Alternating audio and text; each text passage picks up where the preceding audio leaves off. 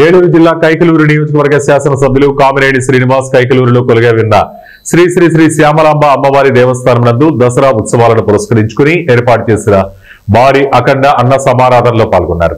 ఈ సందర్భంగా కామినేని శ్రీనివాస్ మహాకుంభానికి పూజలు చేసి అమ్మవారిని దర్శించుకున్నారు.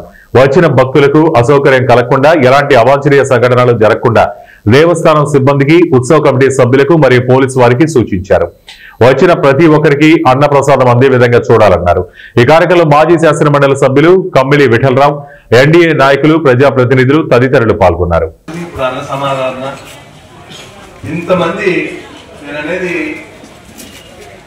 ఇది అమ్మవారి కార్యక్రమం, ఇది ఎవరింట్లో పెళ్లి కాదు.